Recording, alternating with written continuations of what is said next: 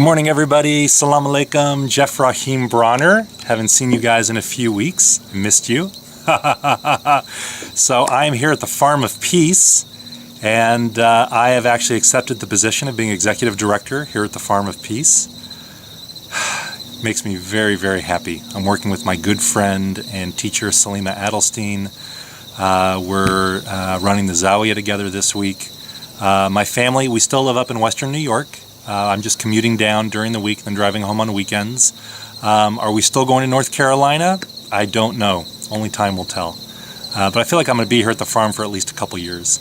Our plan is to sell our home and move down here, and that's the update. So it's been a couple weeks since my last class. When I first started, part of the reason I offered a reduced price on the membership is I thought I would maybe do one class a month. And I didn't have a whole lot else going on, so I was able to do a class a week. I figured it would slow down. I do want to build in some live Google Hangouts when we can all get together. Several of you have asked me to have some, more personal contact, which I am totally in favor of. So inshallah, the next month or two, we'll get that set up. And let's begin. All right, I have a very, very special class for you today. All right, let's start with the Fatiha. Allahu Akbar. A'udhu billahi minash shaitanir rajim. Bismillahir rahmanir rahim. Alhamdulillah rabbil alamin arrahmanir rahim maliki yawmiddin. Iyyaka na'budu wa iyyaka nasta'in ihdinas siratal mustaqim. صراط الذين أنعمت عليهم غير المغضوب عليهم ولا الضالين.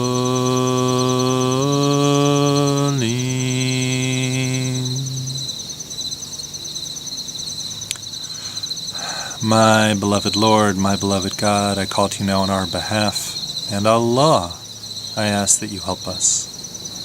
Help our hearts and help our spirits. Help us always be with you, my Lord. We love you very much.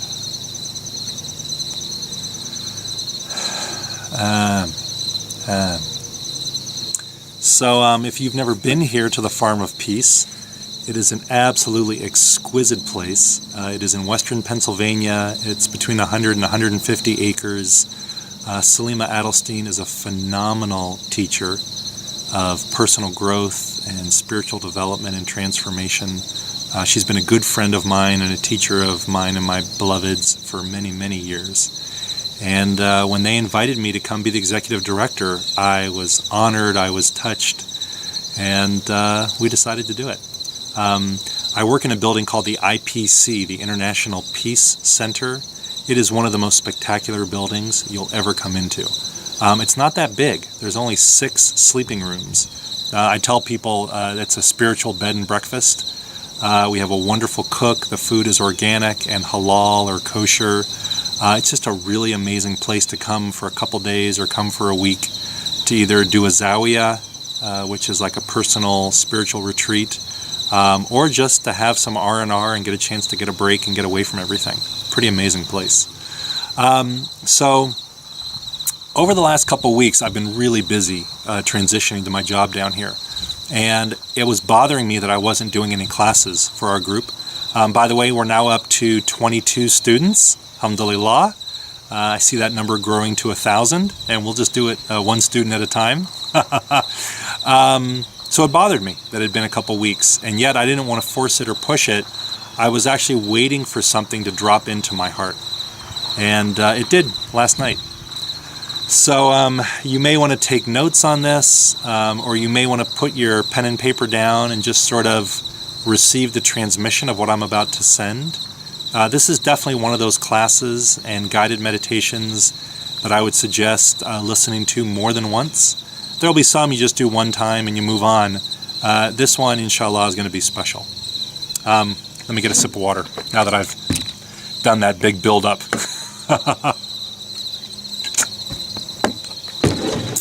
All right. So I want to talk about the unity.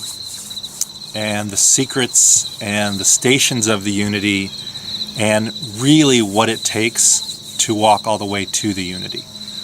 And what is the unity? Is it real? Is it attainable? Is it just spiritual mumbo jumbo? Why do you want to reach it? And what will it do for your heart, for your soul, and for your life? I remember when I first came in, and probably like you, I had been on a number of different spiritual paths. I'd been with several different teachers. I had like 300 New Age spirituality books. And when I met Dr. Jaffe and then took the promise reluctantly, I'll tell that story sometime, I think most of you know it, and finally ended up coming in, I knew I was going to really give it a shot. And, so when you become a student of Sufism, what is it you're really becoming? So let's talk about that for a sec.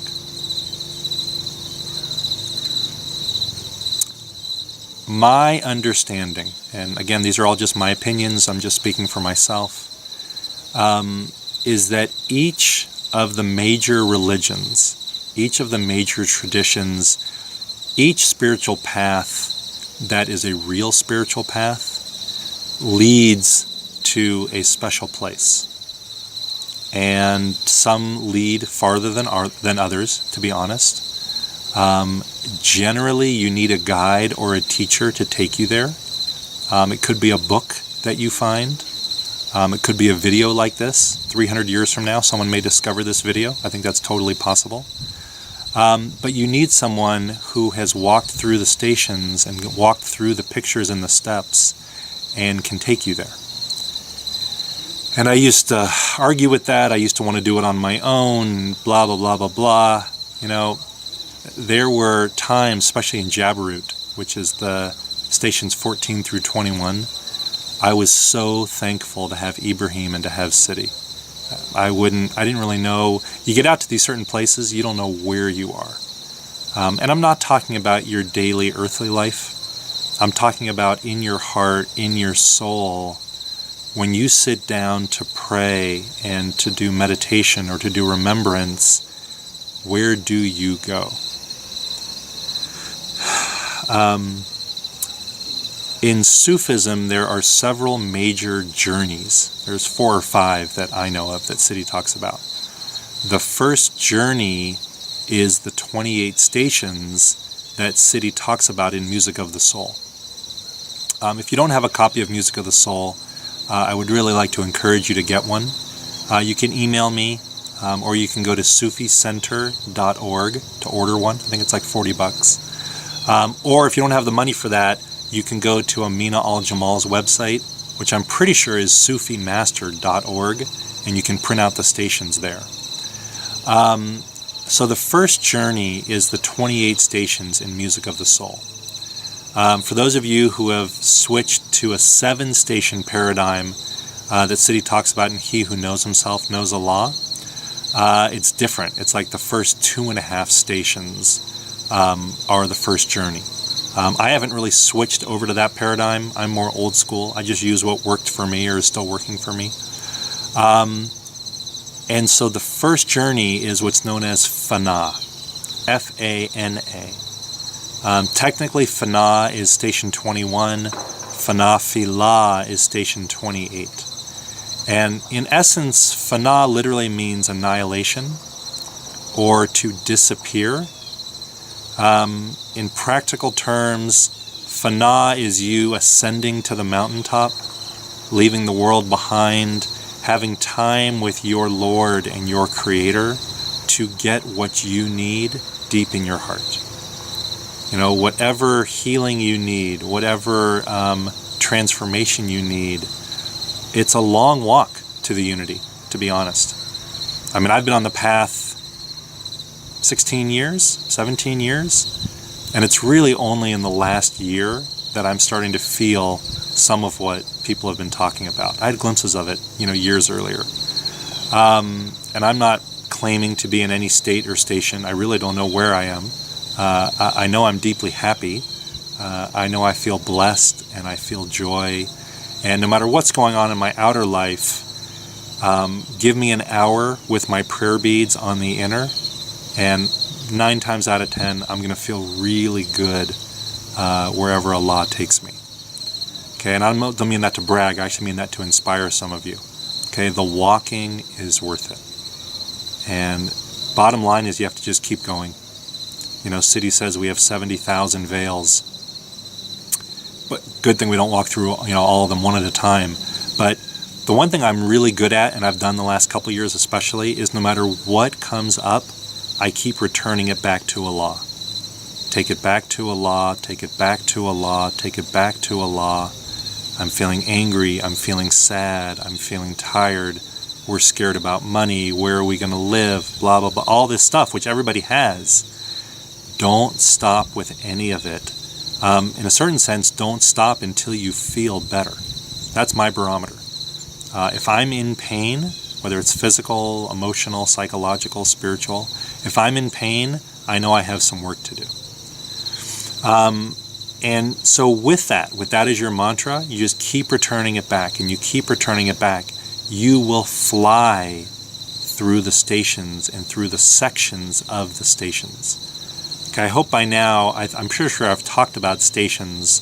So if any of you don't know what a station is and you're curious, please email me. Okay, jeff.bronner24@yahoo.com. I think all of you have my email address by now. A station is a section of evolution spiritually. It's like going from a kindergartner to a second grader. Okay, there's certain curriculum, there's certain concepts you need to master. Same here on the spiritual path of Shadaliya Sufism. It's not linear, although we think of it in a linear fashion because that's the way our minds can comprehend it. A station can take you a week, a station can take you a month, a station can take you 5 years. They're not chronological. They are when your being understands the divine truth or the divine concept in each topic. All right? So, for example, a lot of us struggle with arrogance and low self-esteem. Thinking we're great, thinking we are lower than the low, and having some depression. For me, two sides of the same coin. Okay, whether I'm puffing myself up in a false fashion, whether I'm criticizing and collapsing down in a false fashion, both are a picture. What will move you the fastest through the stations is the light of the truth. Whatever the truth is. That's when I think of Allah subhanahu wa ta'ala, God's light comes in and puts everything in its right place and brings out the truth. And that sun is really bright. All right, hopefully I'm not too bright. So all of this is a way of leading up to setting your intention, for those of you who desire this, to reach the unity. And there are some subtle nuances here that I want to talk about. Because at a certain point, right in the middle of Jabarut, your striving for God, your passion for God actually becomes a picture in and of itself. It's like you walk, you work, you strive. About middle of Jabarut, you don't get to push or move yourself any further. And actually the teaching there is to actually bow, to let go of control, and to allow Allah to begin to put the secrets inside of you. Does that make sense? So it's actually a more feminine receiving from Allah as opposed to an efforting or what I like to call a masculine forward movement. And I don't mean to trigger any of you on the masculine feminine pictures. I'll do a separate class on that and my thoughts on that. It's just a way of understanding something. Women can move just as well as men. Men can receive just as well as women. We're actually going to work on gender pictures in just a sec. So about the middle of Jabarut, it's actually time to receive. And and Jabarut, again, is the third layer of this first journey.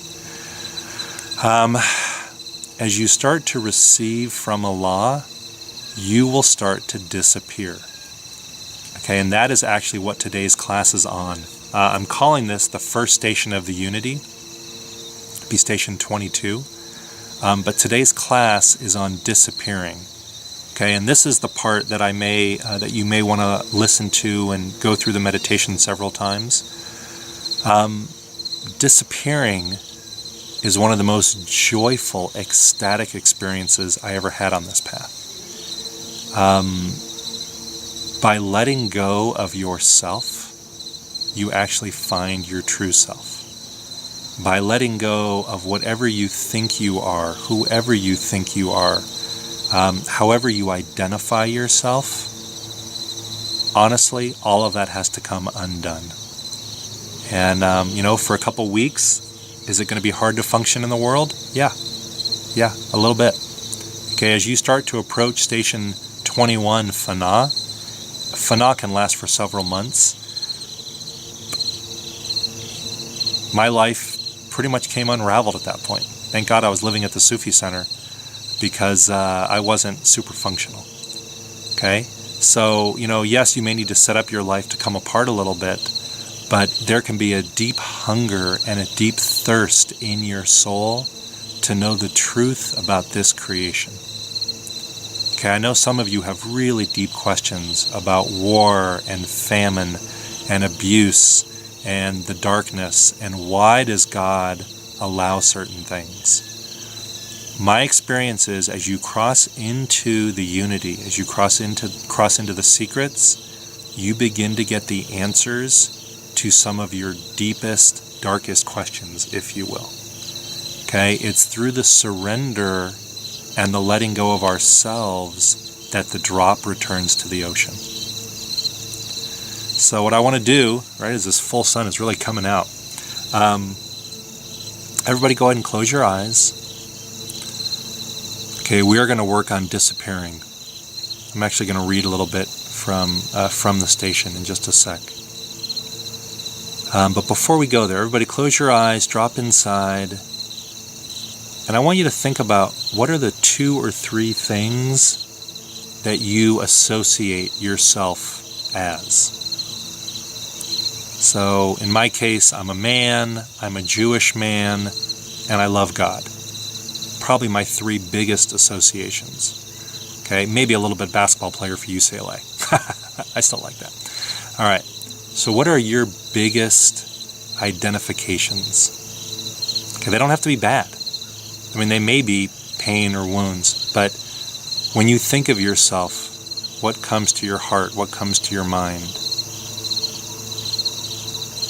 Okay, ironically, those are the very things you're going to have to let go of to cross into the Unity and the stations of the secret.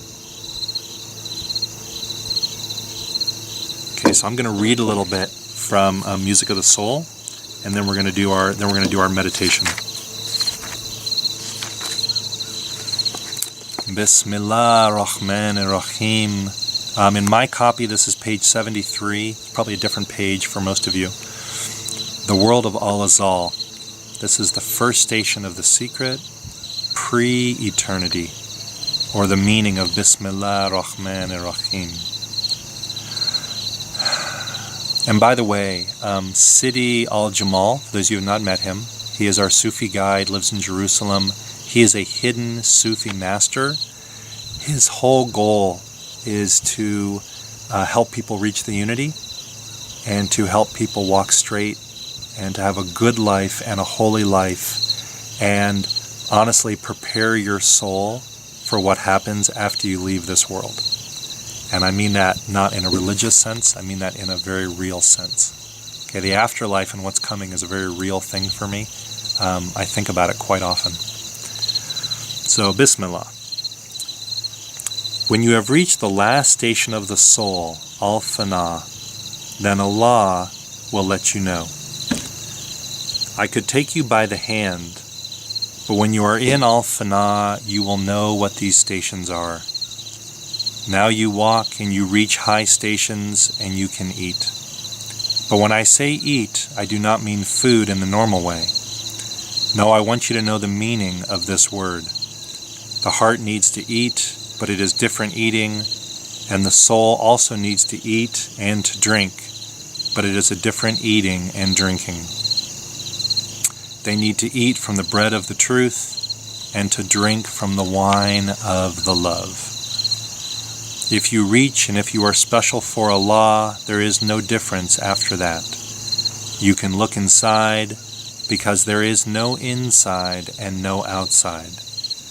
In every place that you look, you will find what you are and what He is, and there is no finding, there is only one. I have said before that there is one, and this is what I want from anyone, to be one. When you are one, you see nothing but the one. When you are one, you will find the secret. When you reach to be one, there is no one after that. Who is one? When you say this is one, this is still a thing. But there is no thing, and you are no thing. What is He and what are you? This is what I want you to know, but you cannot reach it if you are not complete. Most of the Fukara reach to touch completion, because I have given all the meanings in the way. Fukara means the poor, or the students of the way. We could talk about being poor. When Siddhi talks about the poor, he doesn't necessarily mean not having any money in the bank. My understanding is he means not attached to anything of this world. We can talk more about that.